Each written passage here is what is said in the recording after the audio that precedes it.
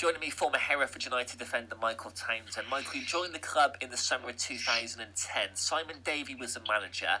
He had just joined from Darlington. So how did he sell the club to you? Well, it was through my agent, really, that I had at the time. He was a friend of Simon Davies, and he'd provided him players in the past.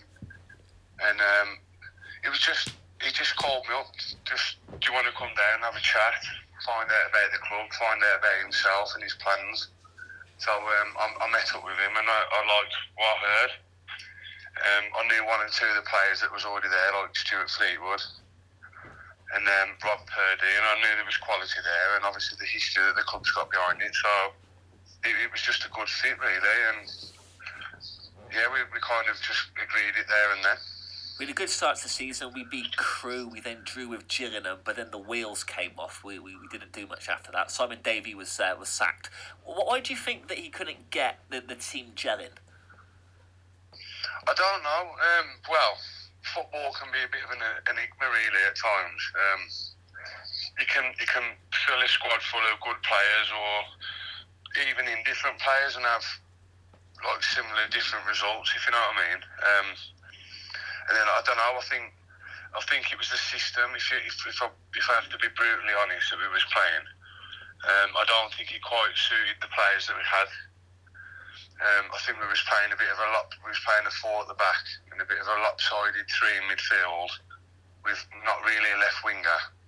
And then we was trying to play a 4-3-3, and he was asking. I think it was Manny Manset. He wanted him on the left, tracking back a little bit, which I don't think is quite his game. And we had Ryan Valentine tucked in behind him, and he was getting under a lot of pressure. That's where I felt that teams were getting out down our left side. So I don't know. He went with the formation for a while, and then we did eventually change it. But I don't know. I just think sometimes you put a group of players together, and sometimes it clicks, and sometimes it doesn't. And it took a bit longer for us as a group to do that. Jamie Pittman was physio. He then took over as caretaker manager. How did he change it all for you? Pitt is a good guy. He's a good footballing guy. Obviously, he's got attachment to Hereford. I've been playing for him, and he loves the place. Quite a few of the boys were already familiar with, like Jamie, and obviously us as new players, we knew him as the physio.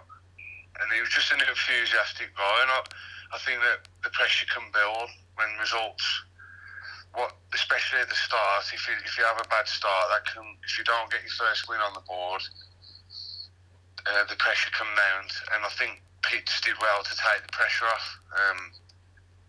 He came in quite open-minded,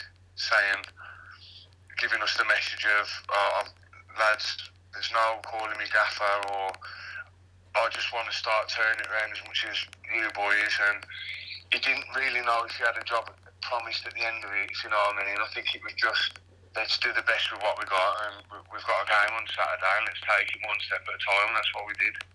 We managed to stay up, but the start of the following season, it didn't go very well. Gary Peters came in as director of football. How did you get on with Gary Peters? Yeah, I knew Gary quite well. I was at Wolverhampton Wanderers as a youngster, and he did actually try and sign me when I left there at Shrewsbury Town.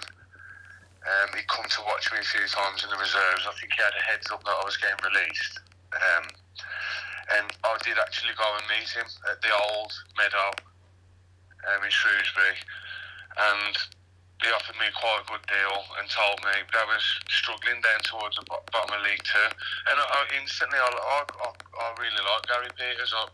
His methods are a bit more old-fashioned, but he was a defender himself, and I don't know why, he just got a good reaction off me as a guy.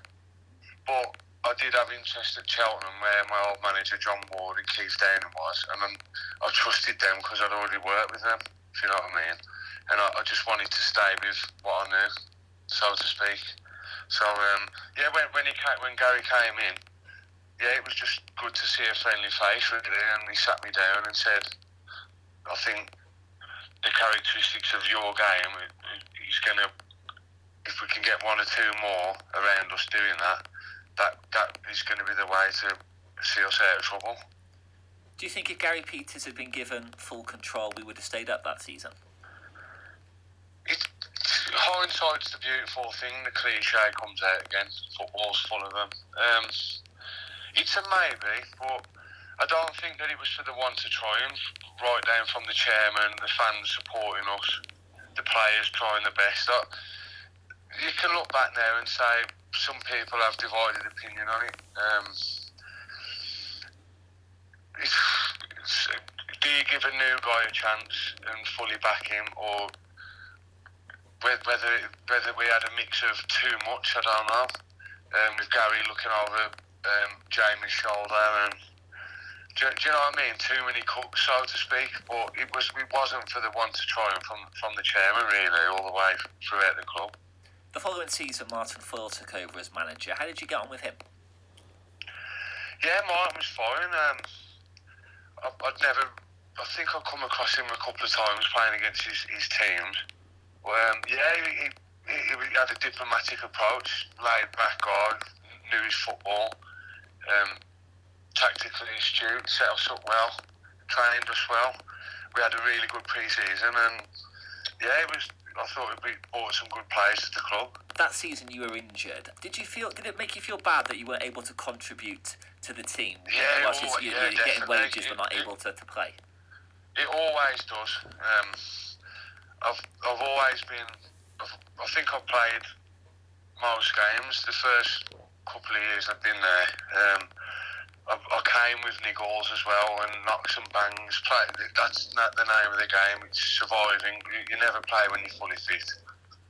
Anybody listening who has played, say, at that level or at any level, not patronise nobody, but if you're in full-time football, you'll know that it's hard to get through every week, and you do carry knocks, and sometimes they catch up with you, and it did catch up with me. I played the first 6 games, thought that was my first time at conference level, and I thought, this is going to be a good season, I'm looking forward to everything. I think we won quite a few in the first 6. I think we won 2 or 3 as well, and I thought this could be good, this could be going somewhere. And then obviously I had the back injury, and things don't get diagnosed straight away, because you might think it's a muscle strain, so you go through the 2 or 3 weeks letting that settle down, then you do a bit of rehab, and then eventually the weeks start rolling by, you go for a scan, and then I found out that I had the disc injury, and then obviously I knew it would be surgery, and that was my season pretty much finished.